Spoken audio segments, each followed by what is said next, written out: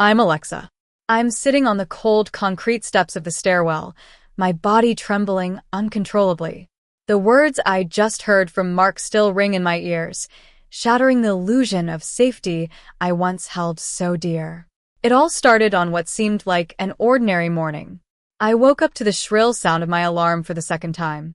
For a split second, I was disoriented, but then the familiar ceiling, the distant hum of traffic, and the warmth of Mark beside me brought me back to reality.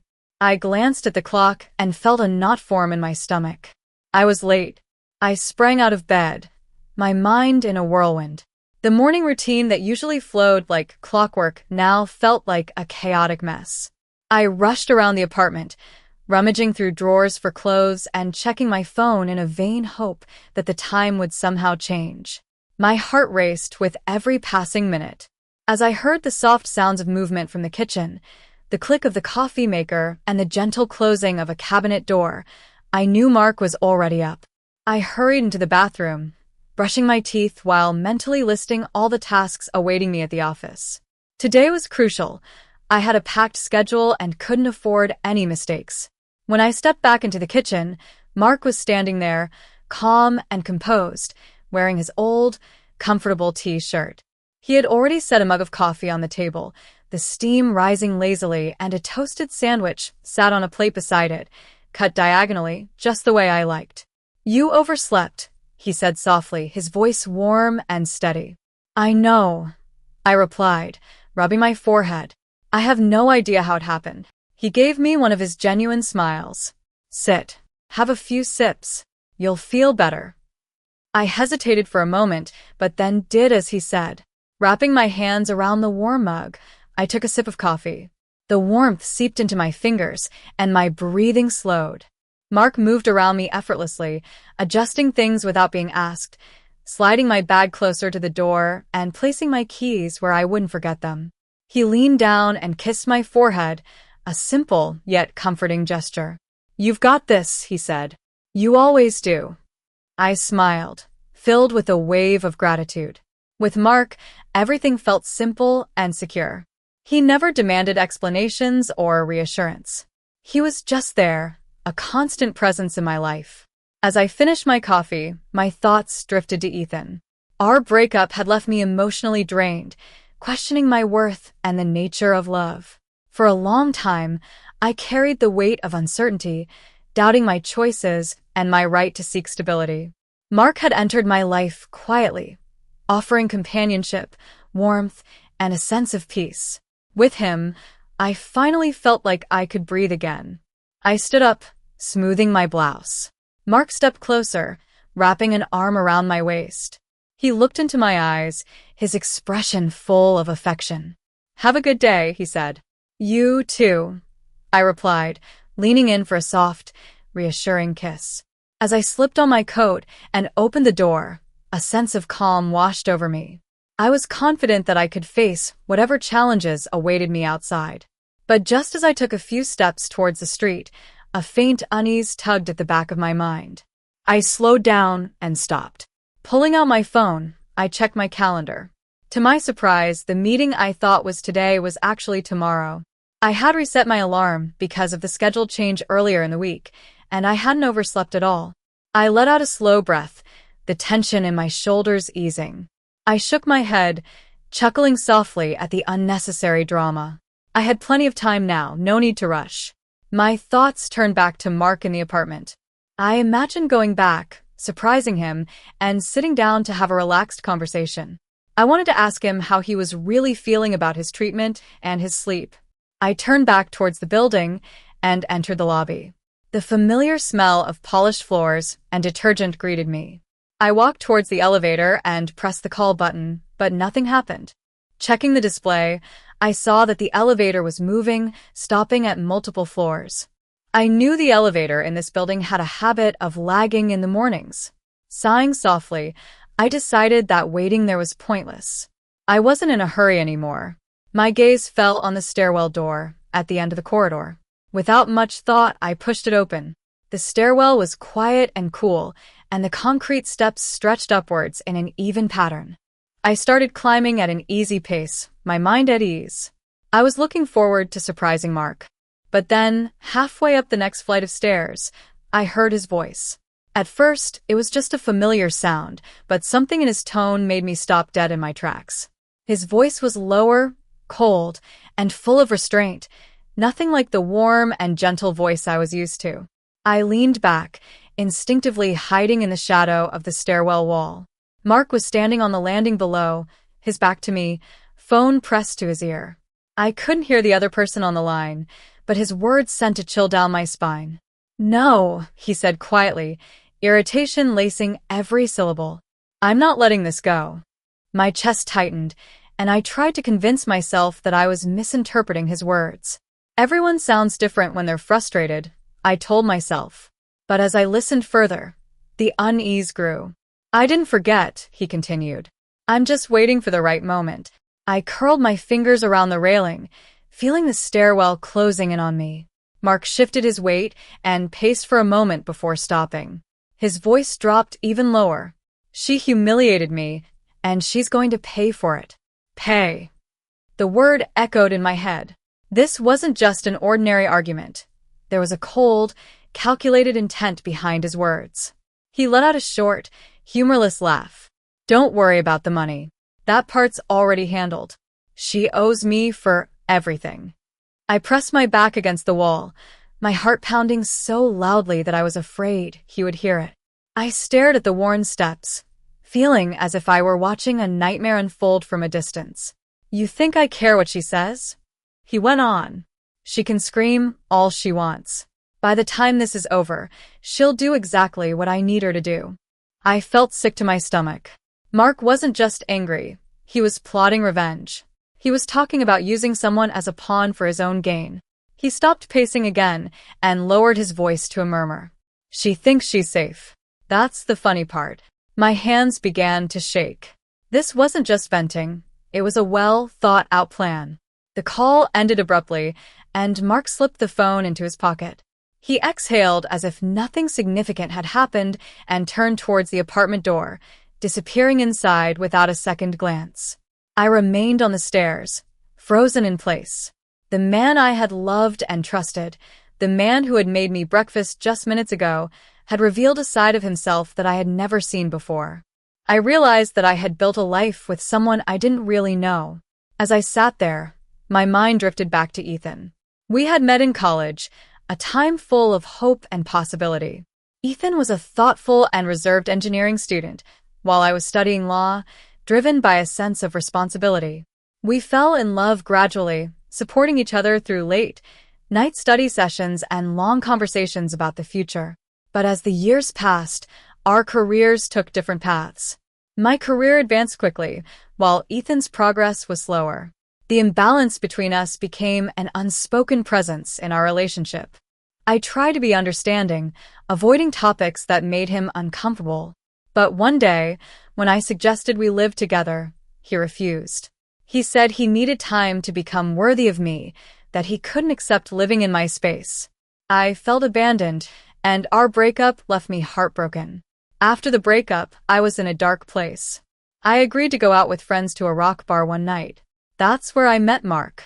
He stepped onto the small stage for karaoke, wearing worn jeans and an old t-shirt, but he carried himself with an easy confidence.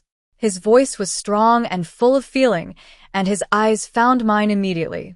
He held my gaze throughout the song, smiling as if the world had narrowed down to just the two of us. We talked after his performance, shouting over the music.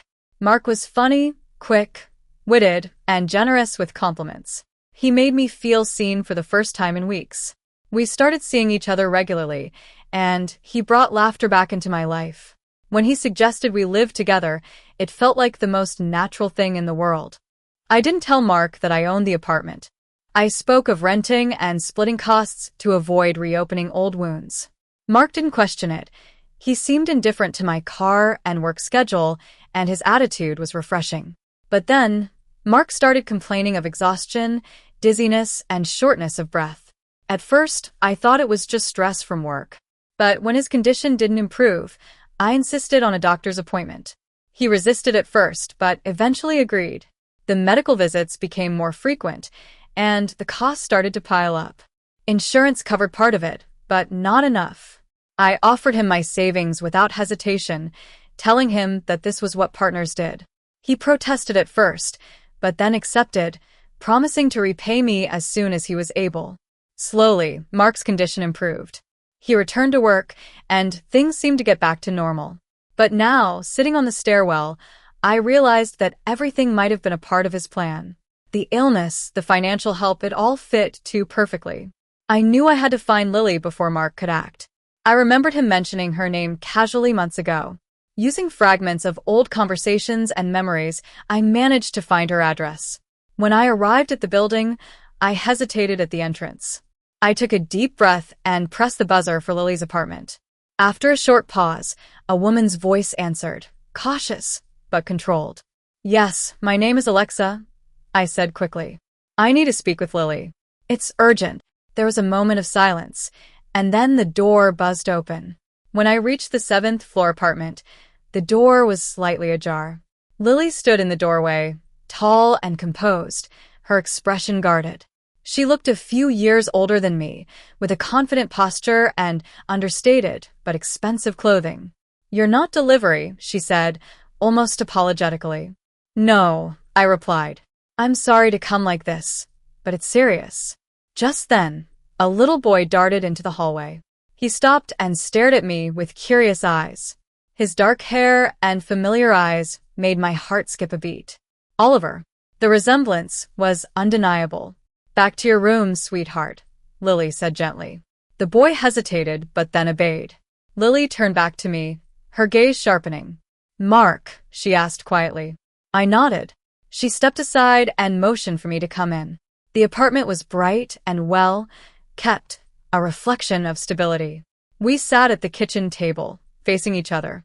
I told her everything I had overheard, describing Mark's confidence and his malicious plans. As I spoke, Lily's expression changed.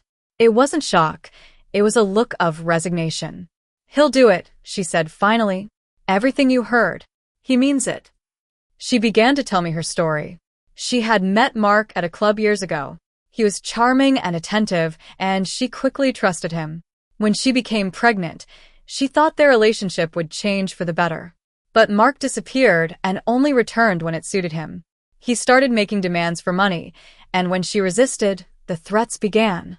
She had gone to a lawyer, who told her that Mark had parental rights, which gave him leverage. She had tried paying him off, but it only made things worse. She had moved cities, but he always found her. I listened, my hands clenched tightly in my lap. Everything she said confirmed what I had overheard. We were both victims of Mark's deception. In that moment, something shifted. The shock and fear gave way to a sense of purpose. We were no longer alone in this. We shared the knowledge that Mark could no longer control. Mark didn't waste any time. He chose a morning when he knew Lily's routine. As she was leaving the building with Oliver, he appeared from between two parked cars. He smiled as if it were a chance meeting, but his intentions were clear. "We need to talk," he said, his tone deceptively calm. Lily stopped, tightening her grip on Oliver. She had expected this moment. Mark stepped closer, his eyes fixed on Oliver. "I'm his father. You know that gives me options." But just as he was about to take another step, two men appeared from the opposite side of the street. They approached calmly and deliberately. One of them positioned himself between Mark and Lily, while the other stood behind Mark. Mark's smile faltered. "What is this?" he asked, irritation flashing across his face. "This concerns us now," one of the men replied evenly. Lily stepped back, placing Oliver behind her. "Take my son inside," she said softly. Oliver obeyed immediately. Mark's attention snapped back to Lily, anger simmering beneath his surface. "You think this scares me? I'm within my rights." One of the men placed a firm hand on Mark's arm. Mark tried to pull away, but he was no match for their strength. What followed was quick and efficient. Mark was guided towards a nearby vehicle, his protests contained. The door closed behind him, and he was gone. Lily stood still, her breath steady. She didn't speak until the car had disappeared down the street. Only then did she allow herself to exhale. Mark left the city within days. He vanished without a trace, his phone number dead, and his social presence gone. For Lily, the constant fear and tension finally eased. She could finally let go and believe that Oliver could grow up without looking over his shoulder. I learned of Mark's departure through Lily. There was no sense of triumph, just a deep, steady relief. The man who had woven himself into my life was gone, and I was left to pick up the pieces. In the weeks that followed, I focused on rebuilding my life. I returned to work, throwing myself into familiar routines. The apartment no longer felt like a shared space. It was just mine again. The silence left by Mark, at first unsettling, gradually turned into a sense of peace. Months later, I saw Ethan again. I had just finished work and was stepping out onto the sidewalk when I noticed him across the street, standing outside a small cafe. He looked different, leaner, and more settled. There was a newfound steadiness in the way he carried himself. Our eyes met, and recognition passed between us. We didn't rush towards each other. Ethan crossed the street slowly, giving me time to turn away if I wanted to, but I didn't. We sat down and talked. Ethan told me about his journey of building his own business, about the setbacks and the lessons he had learned. He had finally learned to stand on his own without comparing himself to others. I told him in broad strokes what had happened to me. I didn't dwell on Mark. I just acknowledged the experience for what it was. Ethan listened without interrupting, just like he used to. Our reunion was not a return to the past. It was a new beginning, built on respect for the people we had become. We agreed to take things slowly. At the same time, I remained in touch with Lily. Our friendship deepened, and we met occasionally for coffee.